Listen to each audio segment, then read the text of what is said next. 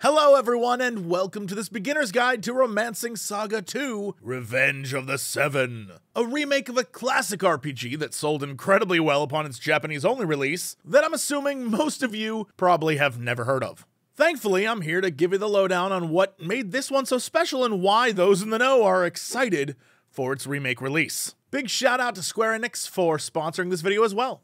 When you think of Squaresoft in the 90s, you're probably thinking Secret of Mana, Chrono Trigger, the mainline Final Fantasies, but if you were a Game Boy kid during this time, you also think of Final Fantasy Legend, a series of games created by Akitoshi Kawazu and Koichi Ishii. However, their original name for the game was Saga, but I assume for the sake of American audiences and our love for Final Fantasy, the US release for the Game Boy was renamed to Final Fantasy Legend.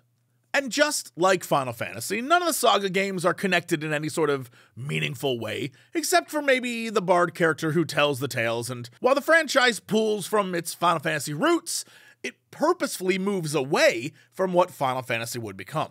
While FF messed with storytelling and job systems, Saga attempted to do more of an open-ended story with a different style of activity-based progression, previously featured in Final Fantasy II, but dropped as the franchise moved on.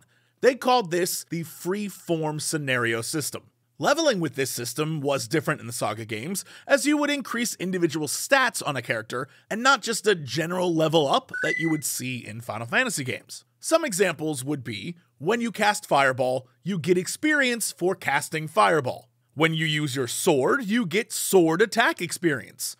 If you get hit, your health points increase at the end of combat. Each is separate, and if you don't, for example, cast Fireball, you don't get Fireball experience. As I'm sure you can tell then, it's an entirely different vibe when playing and leveling your character in this game compared to a Final Fantasy. And I think it's safe to say that a lot of people enjoyed the difference in the original Saga games, and by 1992, the next generation of the Saga franchise would be brought to Super Famicom under the name Romancing Saga. Expanding upon the open nature of the Game Boy games, players could complete quests in any order, and choosing what quests to do or not would affect the ending. The concept was one of replayability. By leveling different abilities and skills, doing certain quests but not others, there were reasons to keep going back to the game and trying new things. And in the original Romancing Saga, you were also given a choice of 8 different characters to choose from, which again I think is about replayability. And while I personally didn't think there was all that much difference in the overarching story affected by your character choice, they did have their own individual origin stories and some pretty fun moments. Gameplay-wise, these games tried to bring a tactical nature to fighting while also removing random encounters and putting enemies on the map, so you could potentially use those same tactics that you use in fighting to avoid combat if you wanted to. Remember those ability increases I mentioned before? Well, in Romancing Saga, you now have things like using magic will raise your BP, or battle points, the points you use for spells and skills, while attacking with a weapon would raise your hit points. Also, with being more tactical, these games were designed to be harder than their other Squaresoft counterparts. We're talking battle formations and durability, people. However, characters can equip several weapons, which can be used to find enemy weaknesses and allow you to change up strategies in battle. Because in these games, enemies hit harder, battles are more intense, and sometimes you're gonna get your butt kicked. It's a whole thing. And right about now, I'm assuming a lot of you have heard of Romancing Saga, but you're probably thinking to yourself, I don't remember playing this on Super Nintendo. Well, like I said, it came out for Super Famicom, but then just never got a release outside of Japan. And this would be the case for Romancing Saga 2 as well, considered by many to be the best Romancing Saga in the series and a lost classic. Yes, during the early 2000s, there were a few online communities trying to create an English translation, but for the most part, that went nowhere, and it wasn't until 2017 that a remaster was created and released on modern platforms. And for many, this would be the first time anyone played this game, including me. And if you're wondering what hooked me, what got me in this game, it's the scope. It isn't just your normal RPG where you play as a hero going on an adventure. Romancing Saga 2 is a generational story told across the numerous leaders of the Varennes Empire. Long ago, 7 heroes saved the world from an invasion of fiends, but after their triumph, vanished. Strangely, a millennium later, they have returned, corrupted by some dark force and laying waste to the countryside. The Empire and its capital city of Avalon soon find themselves the target of different fiend attacks, and Emperor Leon and his bravest warriors attempt to hold them back and protect their empire, but to no avail. As Leon's empire falls around him, and he too soon dies at the hands of the 7 heroes, his bookworm son and last living heir is forced to take up the crown.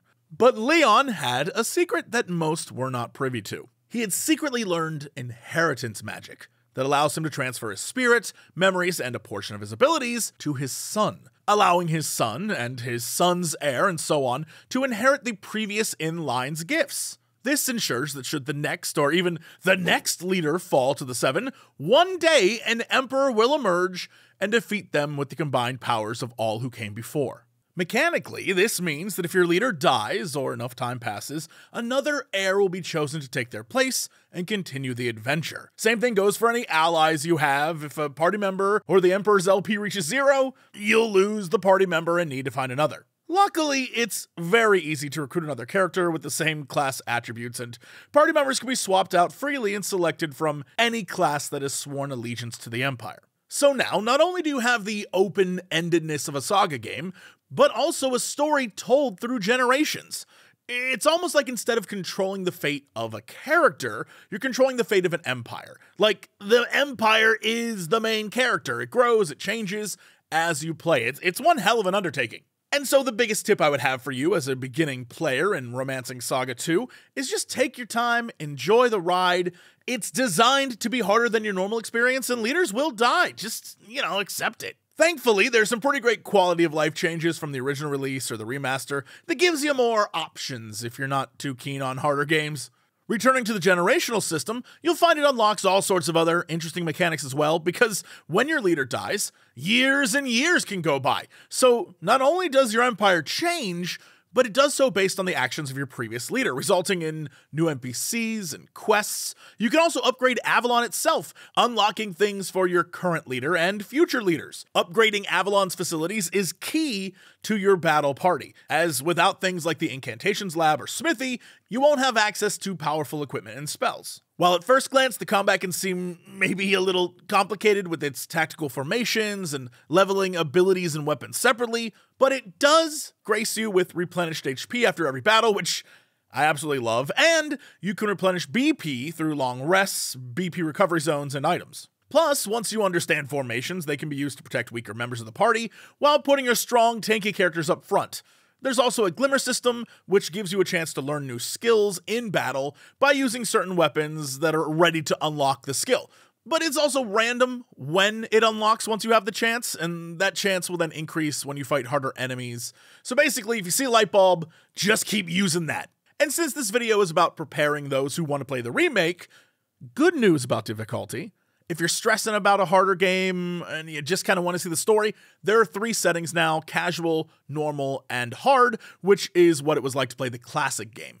Also, while we're here talking about quality of life changes again, the remake has a lot of things going for it, like letting you know when an enemy is weak to an attack, and then keeping that information available for you on them. So not only will it tell you in your list of actions if an enemy is weak to an ability, but also on the enemy itself, it'll show you previously used abilities or weapons that it is weak to. You also have a mini-map allowing you to spot where enemies are and unleash a sneak attack in the overworld to help speed along combat.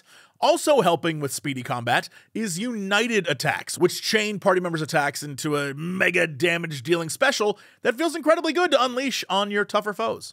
What I'm trying to say is, if you've never heard of Romancing Saga 2, it is a game that is definitely worth your time. It comes from a Final Fantasy tradition while bringing something totally different, unexpected, and kinda strange to what was the original Squaresoft gaming catalog.